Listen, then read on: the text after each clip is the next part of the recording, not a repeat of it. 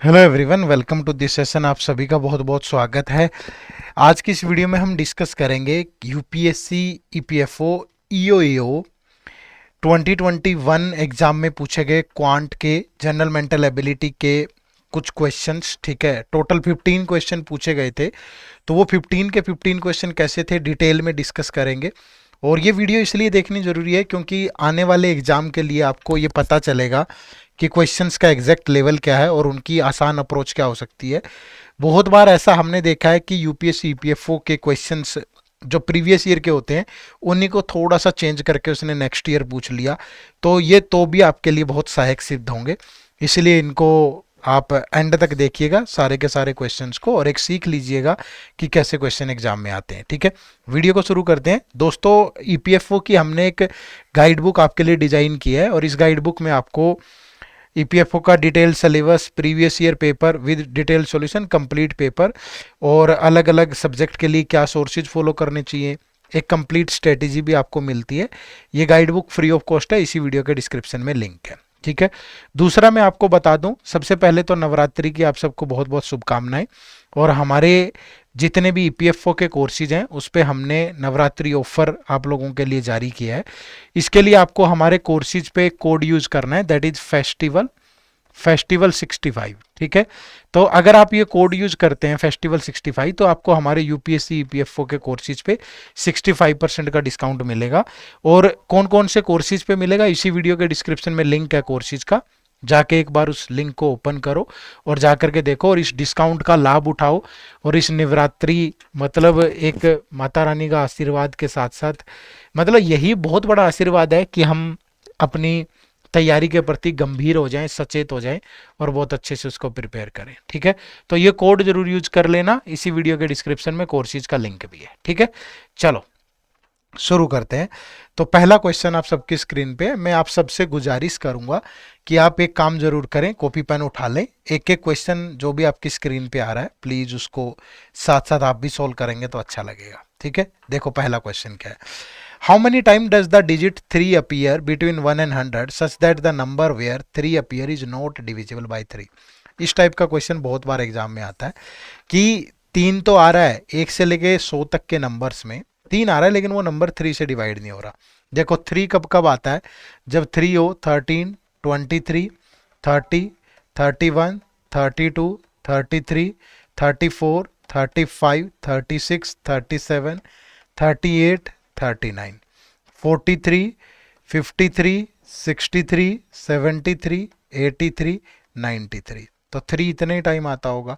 अब यहाँ 3 भी आ रहा है लेकिन 3 से डिवाइड नहीं हो रहा। देखो ये नंबर ऐसे हैं जो 3 आ रहा है लेकिन 3 से डिवाइड नहीं हो रहे। देखो 3 का डिविजिबिलिटी रूल क्या है कि अगर सम ऑफ डिजिट 3 से डिवाइड हो गया तो वो नंबर 3 से डिवाइड हो जाता है। जैसे ये 3 से डिवाइड नहीं होगा, ये नहीं होगा, ये भी नहीं होगा, ये भी नहीं होगा, ये भी नहीं होगा, ये भी नहीं होगा, ये भी नहीं होगा और ये भी नहीं होगा। तो 4, ये 6, 7, 8, 9, 10, 11, 12। तो 12 नंबर ऐसे होंगे जहां 3 तो आएगा बट वो 3 से डिवाइड नहीं होंगे। ठीक है, चलो नेक्स्ट क्वेश्चन। क्वेश्चन नंबर 2 देखो क्या पूछा है। Which one of the following is the average of all prime numbers between 21 and 55। ठीक है, सबसे पहले तो आपको यही पता हो कि प्राइम नंबर क्या होते हैं। प्राइम नंबर वो होते हैं which are divisible by 1 and itself. जो नंबर या तो खुद से डिवाइड होते हैं या 1 से, वो प्राइम नंबर होते हैं।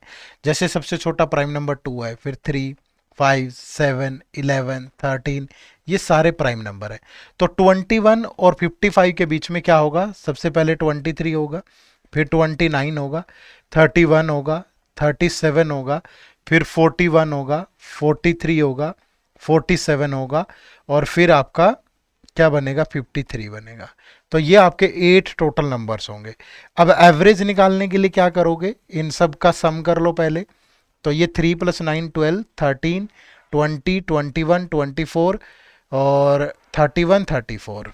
3 + 2 5 + 2 7, 10, 13, 17, 21 और 25, 304।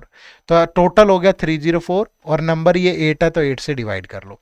अब 8 से जाएगा, 8 3 जा 24, 6, 8 8 जा, तो यानी कि जो राइट आंसर है यहाँ पे वो ऑप्शन नंबर 3 है। तो 38 is the right answer. Clear है भाई, कर पाओगे। चलो नेक्स्ट क्वेश्चन। क्वेश्चन नंबर 3 देखो, if the ratio of the speed of A and B is 5:6 and B allows a start of 70 metre in a 1.2 kilometre race, तो who will win the race, ठीक है, और by what percent, ये भी bye what distance, ठीक है, इतना पूछा जा रहा है। तो बहुत आराम से बना सकते हैं इसको भी हम। देखो क्या है कि in if the ratio of the speed of A and B is 5:6, B allows a start of 70 metre in a 1.2 kilometre race, तो who will win the race and by what distance. एक simple सी चीज देखो, जब भी time constant होता है, पहली बात तो हुआ क्या कि ये एक रेस है टोटल 1.2 किलोमीटर की। 1.2 किलोमीटर का मतलब है 1200 मीटर, है ना। बी ने ए को अलाउ किया 70 मीटर कि बी ने कहा कि मैं यहां से दौड़ूंगा और आप मुझसे 70 मीटर आगे खड़े हो जाओ, यहां से दौड़ो, ठीक है, ये 70 मीटर का डिस्टेंस है। तो ए यहां से दौड़ेगा, बी यहां से दौड़ेगा, तो बी जो है वो यहां से यहां पहुंच गया और उसके बावजूद ए पीछे ही है कहीं, ए कंप्लीट पहुंच नहीं पाया। मान लीजिए ए यहां पहुंचा है, तो ए ने यहां से यहां तक का डिस्टेंस ट्रेवल किया और बी ने पूरा डिस्टेंस ट्रेवल किया, और इस दौरान दोनों का टाइम सेम था, ठीक है। तो सेम टाइम में ए यहां से यहां गया और बी पूरा डिस्टेंस ट्रेवल किया, और जब भी टाइमिंग सेम होती है ना, जो स्पीड होती है that is directly proportional to distance, है ना। जो रेशियो स्पीड का है वही डिस्टेंस का है। तो अगर मैं यहां पे बात करूं ए और बी, तो दोनों की जो स्पीड है वो 5:6 में है, ठीक है। तो दोनों के बीच में जो डिस्टेंस ट्रेवल किया है दोनों ने, वो भी 5:6 में होगा, और बी ने तो रेस को कंप्लीट किया है, तो बी तो कंप्लीट 1200 मीटर दौड़ा है भाई। तो 6 की वैल्यू 1200, तो 1 की वैल्यू कितनी 200 मीटर, तो 5 की वैल्यू कितनी 5 इंटू 200 1000 मीटर। तो यानी कि ए कितना दौड़ा है 1000 मीटर दौड़ा है। तो यानी कि ये 70 तो ये पहले दौड़ा ही नहीं था, 1000 ये अभी भी अपने अपने टारगेट से 130 मीटर बिहाइंड है, ठीक है। ये तो यहां से लेके यहां तक दौड़ा है ना, तो ये 70 मीटर तो दौड़ा ही नहीं, तो ये तो 1000 दौड़ा है सिर्फ, तो टोटल 107 मीटर आ चुका है अपने स्टार्टिंग पॉइंट से। तो बी ए जो है वो यहां तक 1070 कवर करके आया है, हालांकि उसने 70 कवर नहीं किया था, बट स्टार्ट तो उसने यहां से यहां तक किया था ना, यानी कि वो अपनी फिनिश पॉइंट से अभी 130 मीटर पीछे है। तो हम बोलेंगे कि 70 मीटर का उसको जो है स्टार्टिंग भी दे दिया, इसके बावजूद भी वो 130 मीटर से हार गया, यानी बी 130 मीटर से जीत गया, ठीक है, स्टार्ट देने के बावजूद भी। चलो नेक्स्ट क्वेश्चन, क्वेश्चन नंबर 4, ज्यादा मुश्किल नहीं है, आसानी सवाल है, बना सकते हो। क्या है देखो, एम इज 60 ईयर ओल्ड, जो एम है, एम की एज है 60 year, R is 5 year junior to M, junior का मतलब है उससे 5 ईयर छोटा होगा 45, and 4 year senior to V, जो आर है वो 4 ईयर सीनियर टू वी है, मतलब R is 5 year junior to M, sorry ये 55 होगा, ठीक है, and 4 year senior to V, तो वी जो है वो 51 का होगा, ठीक है। The youngest brother of V is B and he is 6 year junior to V, तो 6 ईयर जूनियर है, इससे 6 साल छोटा है, तो 45 का होगा। तो what is the age difference between M and B, तो एम की एज 60 है और बी की 45 है, तो 60 माइनस 45, दोनों की एज में डिफरेंस कितना होगा 15 ईयर। तो option number 2 is the right answer, ठीक है। चले नेक्स्ट, क्वेश्चन नंबर 5, ये रीजनिंग का एक क्वेश्चन है, बट हमने यहीं पे ले लिया, सारे क्वेश्चन हम डिस्कस कर रहे थे। क्या कह रहे हैं, English alphabet is recorded in the following manner, ठीक है, the first 6 letter are written in the opposite, देखो ऐसे लिखते हैं इंग्लिश अल्फाबेट, अल्फा जो भी अल्फाबेट है, A B C D E और एफ, ठीक है, फिर जी H I J K L, फिर M N O P Q R, फिर S T U V W X, फिर वाई और जेड। अब वो क्या कह रहा है कि the first 6 letters are written in opposite order, तो इनको अपोजिट ऑर्डर में लिखोगे तो F E D C B A, the next 6 letter are written in opposite order, तो ये हो गया L K J I H G and so on, at the end Y is interchange with Z, फिर इनको R Q P O N M, फिर X W V U T S और फिर Z और वाई, ठीक है, इस तरीके से लिखा गया है। तो which one of the following is the fourth letter to the right of the 13th letter? 13th letter, ठीक है, उसके राइट में 13th लेटर क्या? 1 2 3 4 5 6 7 8 9 10 11 12 13, इसके राइट में फोर्थ लेटर, इसके राइट में 1 2 3 4, फोर्थ लेटर क्या है? एन। तो राइट आंसर इज एन। तो ऐसे सवालों को ये नहीं है कि बहुत ज्यादा एनर्जी लगेगी, आप आराम से बना सकते हो, सिंपली लिखें और इसको फॉलो कर लें, ठीक है। चलो नेक्स्ट क्वेश्चन नंबर 6 देखो, ये भी बढ़िया क्वेश्चन है, ठीक है। क्या कह रहा है? If A varies as B, ये ध्यान से देखो, A varies as B then which of the following statement is are correct? जो कंडीशन ए पे लागू होती है वही बी पे लागू होती है, ए वेरीज एज बी का मतलब यही है। अब वो कह रहा है कि nth root of A square B varies as 2nth root of A की पावर 4 बी स्क्वायर।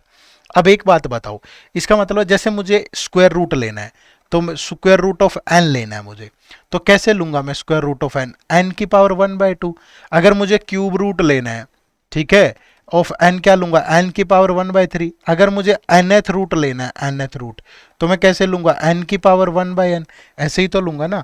अब अगर मैं nth root of A square by B, अब ए स्क्वायर बी का nth रूट 1/n लें तो ये क्या बनेगा? ए की पावर 2/n और बी की पावर 1/n। तो सेम कह रहा है कि 2nth रूट ऑफ दिस, अगर आपको ए की पावर 4 बी स्क्वायर, इसका 2nth रूट लेना है तो 1/2n, इसको क्या लिखोगे? ए की पावर 4 इंटू 1/2n, और ये इंटू क्या हो गया? बी की पावर 2 इंटू 1/2n। ये 2 से 2, ये 2 से कट गया 2, तो इसको भी आप ये लिख सकते हो, ए की पावर 2/n और बी की पावर 1/n। तो ये और ये सेम आया, तो दैट मीन्स पहली कंडीशन बिल्कुल सही कह रहा है वो, समझ रहे हो ना। अब सेकंड देखो कि A by B square varies inversely as B, varies inversely as B, यानी कि ए बाई बी स्क्वायर, यानी कि इनवर्सली का मतलब है 1/b आना चाहिए। अब देखो a बाई बी स्क्वायर का मतलब b इंटू बी, और a और b तो एज वेरीज एज b बोला है ना, तो मतलब दोनों पे सेम होगा, तो ये 1/b तो बचेगा ना भाई, तो ये भी सही कह रहा है। तो select the correct answer using the code given below, तो बोथ 1 एंड 2 दोनों के दोनों करेक्ट थे। क्लियर है? चलो नेक्स्ट क्वेश्चन, क्वेश्चन नंबर 7 देखो क्या कह रहा है। Which one of the following is the remainder when 74 की पावर 100 इज डिवाइडेड बाय 9? 70 की पावर 4 की पावर 100 को 9 से डिवाइड करना है। पहले इस वैल्यू को 74 को 9 से डिवाइड कर लो, अगर 9 से गया 9 8 72, 2 बचा, तो आप इसको 2 की पावर 100 को 9 से डिवाइड करोगे तो रिमाइंडर सेम आएगा। अब यहाँ पे एक साइक्लिसिटी थ्योरम, हम साइक्लिसिटी का रूल यूज करते हैं कि इस पावर को n एज्यूम कर लो कि n इज इक्वल टू 100 है, तो ये बन गया 2 की पावर n बाय 9। ये हमने पढ़ाया भी हुआ है हमारे इसी चैनल पे, पेड कोर्सेज में तो लगभग हमें ही पढ़ाया हमने। अब n की वैल्यू रैंडमली पुट करके रिमाइंडर चेक करो, जैसे 2 की पावर 1 डिवाइड बाय 9, तो रिमाइंडर क्या होगा? 2 ही होगा। 2 की पावर 2 डिवाइड बाय n, तो रिमाइंडर क्या होगा? 4 ही होगा। 2 की पावर 3 डिवाइड बाय n, तो रिमाइंडर क्या होगा? 8 या -1 होगा। जब ये इससे 1 लेस आ जाए, जब रिमाइंडर 1 लेस आए, तो वहां पे साइक्लिसिटी क्या बनती है? हमेशा साइक्लिसिटी जितने स्टेप हुए हैं उनका डबल कर दो, 1 2 3, तो 3 का डबल करोगे 3 2 जा 6, तो इसकी साइक्लिसिटी 6 बनेगी। अब आप इस साइक्लिसिटी से क्या करेंगे? इसको डिवाइड करेंगे, तो 100 को 6 से डिवाइड करूं तो 16 6 96, कितना बच गया? 4। अब ये आपको यहाँ n की जगह लेना है, तो 2 की पावर 4 डिवाइड बाई n, 2 की पावर 4 16 होता है, 16 को 9 से डिवाइड करें तो रिमाइंडर कितना आएगा? 7।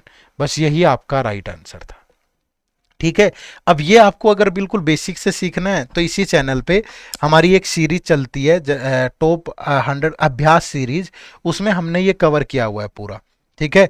तो अभ्यास सीरीज के लेक्चर अवेलेबल है इसी चैनल पे प्लेलिस्ट में, वहां जाके इसको अच्छे से सीख लो, ठीक है। चलो next question number 8, which one of the following is the arithmetic mean of √3 minus √2 and it's reciprocal? Reciprocal का मतलब क्या? उल्टा।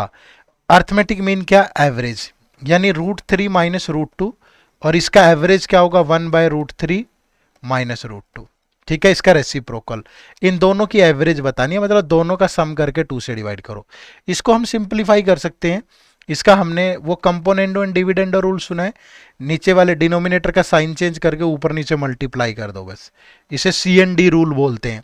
तो ये हो गया √3 प्लस √2, और नीचे ये a plus B A minus B A minus B A plus B A square minus B square, यानी √3 का स्क्वायर माइनस √2 का स्क्वायर। तो ऊपर बना √3 प्लस √2, नीचे √3 का स्क्वायर 3, √2 का स्क्वायर 2, तो कितना बचा √3 प्लस √2। अब देखो मेरे पास √3 माइनस √2 था और मेरे पास √3 प्लस √2 आया, दोनों का एवरेज निकालना है तो डिवाइड बाय 2, ये कैंसिल हो गया, तो 2√3 डिवाइड बाय 2, 2 से 2, तो राइट आंसर इज √3। तो जो राइट आंसर है that is option number 1। Clear, बना सकते हो। चलो नेक्स्ट क्वेश्चन नंबर 9, ये रेशियो से पूछा गया क्वेश्चन, आसान है, ठीक है। देखो क्या है, suppose x and y are two positive number such that when x is reduced by 2, x को अगर 2 से रिड्यूस कर दें and y is increase by 2, the ratio become 2:1। When x is increased by 2 and y is reduced by 2, the ratio become 3:1. तो which one of the following is equal to x minus y? Cross multiply कर लो, x minus 2 that is 2y plus 4, तो ये बनेगा x minus 2y that is equal to 6। यहाँ cross multiply करोगे तो x plus 2 that is equal to 3y minus 6, तो ये x minus 3y that is minus 8। ये इक्वेशन 1 है, ये इक्वेशन 2 है। तो अगर मैं इक्वेशन 1 में से इक्वेशन 2 माइनस कर दूं तो x minus 2y that is 6 और x minus 3y that is minus 8। अब माइनस करेंगे, ये माइनस प्लस प्लस, ये कैंसल, तो प्लस का y दैट इज 14, y की वैल्यू 14 है, यहाँ पुट कर लो, तो x into 2 into 14 that is 6, तो x की वैल्यू हो जाएगी 6 प्लस 28 यानी कि 34। तो क्या कह रहा है x माइनस वाई, तो x माइनस वाई कितना 34 माइनस 14 दैट इज 20। तो right answer is option number 1। Clear है। चलो नेक्स्ट क्वेश्चन नंबर 10 देखो क्या कह रहा है, let n greater than 1 be a composite natural number whose square root is not an integer. तो कंसीडर द फॉलोइंग स्टेटमेंट। पहली बात तो आपको ये पता हो कि कंपोजिट नेचुरल नंबर कौन से होते हैं। कंपोजिट नेचुरल नंबर वो होते हैं जिनके मोर देन 2 फैक्टर हो। जैसे सबसे छोटा कंपोजिट नेचुरल नंबर 4 है, फिर 6 है, फिर 8 है, फिर 9 है, 10 है, 12 है, ये सिलसिला चलता रहेगा, ठीक है। अब आपको एक ऐसा ग्रेटर देन 1 ऐसा कंपोजिट नेचुरल नंबर लेना है जिसका स्क्वायर रूट एक इंटीजर ना हो, मतलब फ्रैक्शन में आता हो। कोई भी उठा लो, कुछ भी उठा लीजिए। ऐसा मैंने मान लिया कि क्या ले लें, 21 ले लिया, ठीक है। क्या ले लिया 21 का जो भी होगा स्क्वायर रूट क्या आएगा, इसका स्क्वायर रूट 4 पॉइंट समथिंग आएगा, ठीक है। क्योंकि 4 का स्क्वायर 16 होता है, 5 का स्क्वायर 25 होता है, तो ये दोनों के मिडल में है। अब स्टेटमेंट क्या चेक करनी है, पहली statement, n has a factor that is greater than 1 but less than the square root of n। n है, n की वैल्यू हमने 21 ली, इसके फैक्टर देखो, इसके फैक्टर 1 होंगे, ये 3 से डिवाइड होगा, 7 से होगा, 21 से होगा। क्या इसका कोई ऐसा फैक्टर है जिसका जो n के स्क्वायर रूट से छोटा हो? बिल्कुल है, ये 3 ले लो, 1 ले लो, इसका स्क्वायर रूट तो 4 पॉइंट समथिंग होगा, तो ये इससे छोटा है, बिल्कुल सही स्टेटमेंट है। n has a factor that is greater than the square root of n but less than n, which of the statement given above is are correct. क्या कह रहा है, n has a factor that is greater than the square root, तो greater than the square root ये रहा 7, ठीक है, but less than n, तो 21 से छोटा है, स्क्वायर रूट से बड़ा है, ये भी बिल्कुल सही कह रहा है। तो दोनों की दोनों स्टेटमेंट यहां पे करेक्ट है, option number 3 is the right answer, ठीक है। चलो नेक्स्ट क्वेश्चन नंबर 11 क्या कह रहा है, देखो, the average age of husband and wife was 23 year when they were married 5 year ago. 5 साल पहले की कहानी है, ठीक है। तो हस्बैंड और वाइफ की जो एवरेज एज है वो 23 थी, तो उनकी टोटल कितनी रही होगी 46। अब अगर मैं आज प्रेजेंट की बात करूं तो हस्बैंड और वाइफ, ठीक है, दोनों की टोटल एज क्या होगी 46 प्लस दोनों की 5 इंक्रीज होगी, तो ये एज बन गई 56। अब वो कह रहा है कि the average age of the husband wife and child is 20 years now. Husband wife और चाइल्ड एवरेज इनकी 20 है, तो टोटल इनका 60 होगा। अब एक बात बताओ, हस्बैंड और वाइफ का टोटल 56 है, तो चाइल्ड की एज कितनी होगी 4। तो how old is the child now, it's 4 years. आसान क्वेश्चन था, ज्यादा मुश्किल नहीं था। क्वेश्चन नंबर 12 देखो, ठीक है भाई। क्वेश्चन नंबर 12 में क्या है कि if W1 and W2 are weight of the two solid iron ball of radius 1 by 2 meter and 1 by 3 meter respectively, then which one of the following is equal to W and W2। ठीक है, वो क्या कह रहा है कि W1 and W2 are weight of the two solid iron ball of radius this, then which one of the following is equal to this। ठीक है, एक बात ध्यान रखो, जब भी डेंसिटी सेम होती है ना, तो जो वेट होता है that is directly proportional to its volume. ठीक है, तो यहां कोई ऐसा जिक्र ही नहीं किया, तो मतलब जो वेट होगा वो वॉल्यूम के डायरेक्टली प्रोपोर्शनल होगा, तो दोनों की वॉल्यूम निकाल लो। अब क्या है, आयरन बॉल है तो क्या होती है, वो स्फेयर की फॉर्म में होती है, तो ये W1 है, ये W2 है। ठीक है, तो W1 और W2। अब एक बात बताओ, इसकी वॉल्यूम क्या होगी, 4/3 पाई आर क्यूब, इसकी 1/2 का क्यूब, और ये 4/3 पाई, इसकी रेडियस कितनी है, 1/3 का क्यूब। ये 4/3 कैंसिल, 1/2 क्यूब का मतलब 1/8, 1/3 क्यूब का मतलब 1/27, क्रॉस मल्टीप्लाई करोगे तो 27:8। तो जो राइट आंसर है that is option number 2। Clear है भाई, बना सकते हो। चलिए नेक्स्ट क्वेश्चन नंबर 13 देखें। 40% of the student in a class are from India and 50% are girls. अगर टोटल स्टूडेंट वहां पे, टोटल स्टूडेंट 100 है, कितने हैं, 100। अब इस 100 का दो तरीके का सेग्रीगेशन है। एक तो बोला गया है बॉयज और गर्ल्स हैं, कि 50% गर्ल्स हैं तो 50% ही बॉयज होंगे। दूसरा, एक इंडिया से हैं और नॉन इंडियन है, दो तरह के हैं। वो कह रहा है कि 40% of the classroom are Indian, 40 Indian है तो नॉन इंडियन 60 होंगे। अब वो क्या कह रहा है, 25% of the Indian student are girls. इसमें से बॉयज और गर्ल्स देखूं तो इसका 25% कितना होगा, 10, ये गर्ल्स हैं तो बॉयज कितने बचे, 30। तो नॉन इंडियन में भी तो बॉयज और गर्ल्स होंगे ना। अगर गर्ल्स टोटल 50 है, इसमें से 10 तो यहाँ आ गई, तो गर्ल्स यहाँ 40 बची। टोटल बॉयज 50 है, 30 तो इंडियन है, तो 20 नॉन इंडियन होंगे। अब वो क्या पूछ रहा है, what percentage of non Indian student are boys, non Indian student are boys. तो बॉयज कितने हैं, 20, नॉन इंडियन स्टूडेंट कितने हैं, 60। तो 20/60 का मतलब 1/3, परसेंटेज के लिए इनटू 100, तो ये 33.33% होगा। तो जो राइट आंसर है that is option number 1। Clear है। चलो नेक्स्ट क्वेश्चन नंबर 14। बढ़िया क्वेश्चन है, सारे के सारे सही नॉर्मल लेवल था, कोई ज़्यादा मुश्किल नहीं है।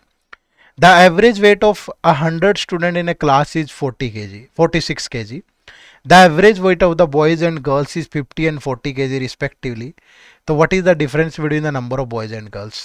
ठीक है, what is the difference between the number of boys and girls? देखो, ये girls हैं, ठीक है, ये boys हैं। अब boys का जो weight है वो 50 kg एवरेज और गर्ल्स का 40, और क्लास का एवरेज कितना है, 46।